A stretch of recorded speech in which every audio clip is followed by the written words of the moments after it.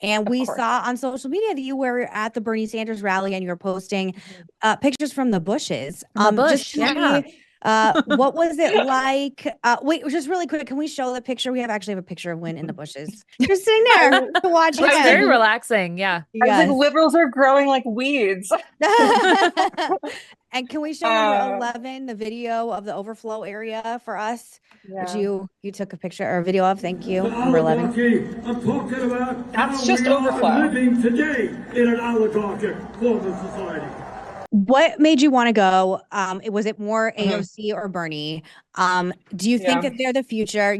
It's obviously we're at this rally, you're a Democrat. Do you think that they're the future of the party? Are they people you're looking to? Because one thing Jamie was saying earlier is that because so many people in leadership in the party aren't doing anything, they clearly felt the need to like go on the road. I was saying earlier too that a friend of mine went to the one in Arizona and said it was a lot of momentum, a lot of energy, and there was a huge crowd there too. I think it was 40,000, but my numbers may be wrong. It's around Yeah. there. Yeah. I mean, I actually have very different feelings about Bernie and AOC. I mean, I was there for AOC. My friend and I actually went to the food trucks when Bernie came on.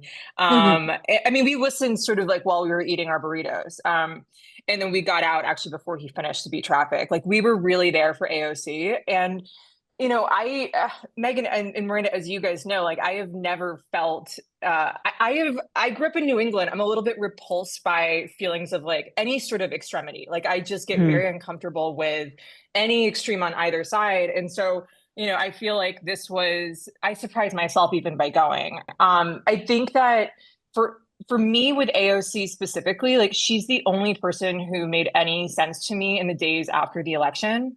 And I think it's because she took a very humble, curious position and she went on Instagram and she saw that she had some voters who voted, for her and for Trump. And she started asking a lot of questions and, was just really curious and really dove into what these voters were thinking. And I found that to be incredibly helpful and comforting.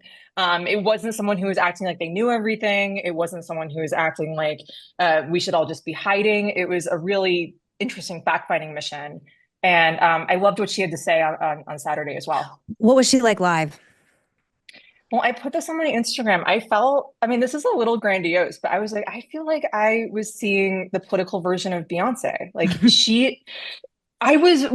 You thinks get she's going to there. be the first woman president, for whatever that's worth. Like he thinks she Oh, will be. wow. Okay. Ben, Well, I Ben, think really? there's a Wow. argument to be made of we were listening to Ashley and I, the daily podcast earlier, that was a business owner, veteran who owns a Hmm. small baby toy company, and she's losing everything because of these tariffs. And I think where they're smart, Yeah, fight the oligarchy because there's the impression that like all these billionaires don't give a shit about the working class. So I think that's a very powerful message. It's like Trumpy sort of, but on the other side. yeah. Mhm. Yeah, I mean, like I've just been seeing I've been to a number of protests. I mean, like I'm just sort of I haven't been to one. I went to a few during the first Trump administration, Women's March, one of the BLM protests. And a lot of these liberal protests are like everyone is like, choosing their own adventure. I remember at the Women's March, there was like someone holding like a Stop Russia sign. And I'm like, okay, can we just like please stay focused Yeah. What's here? the message here? Yes. And I think the sort of brilliance of this effort is that it's really about class conflict and it's really about sort Mhm. of the economic, it's every speaker is talking about the same issue. It's, there are three people in America who hold more wealth than the bottom 50%. And that is, I don't know, whatever political persuasion you're of, like how you can justify that. That just, to It's like Mhm. me, anti-MAGA. It's like yeah. for all the energy that there was at these Trump rallies, Yeah. we're not seeing any of that kind of momentum on the left, and now here it is. Here's what the left was needing: this momentum, this vibe, this energy shift. Totally, totally. And I was incensed by these tariffs. I mean, just this sort of Mhm. uh they were just put in place in such a clumsy way. I mean, I'm thinking of like my mother who's dealing with my grandmother who's 97, has dementia, and she has to pay for her care out of her retirement savings. And she's managing this month to month and paying tens of thousands of dollars. And when that account is hit, like Yeah. that's our family. Like this is not, and I feel like these people just did this so like haphazardly.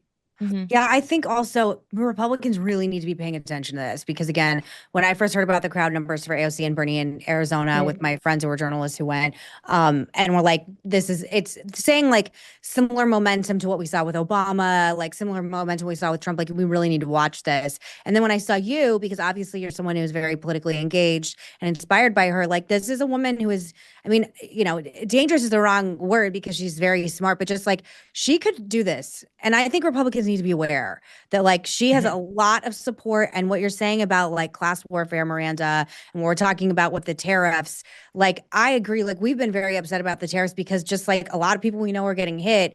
And the idea of like your phone breaking and someone having to pay $3,000 for an iPhone, like I guess some of my friends just like not going to have phones. Like it's crazy.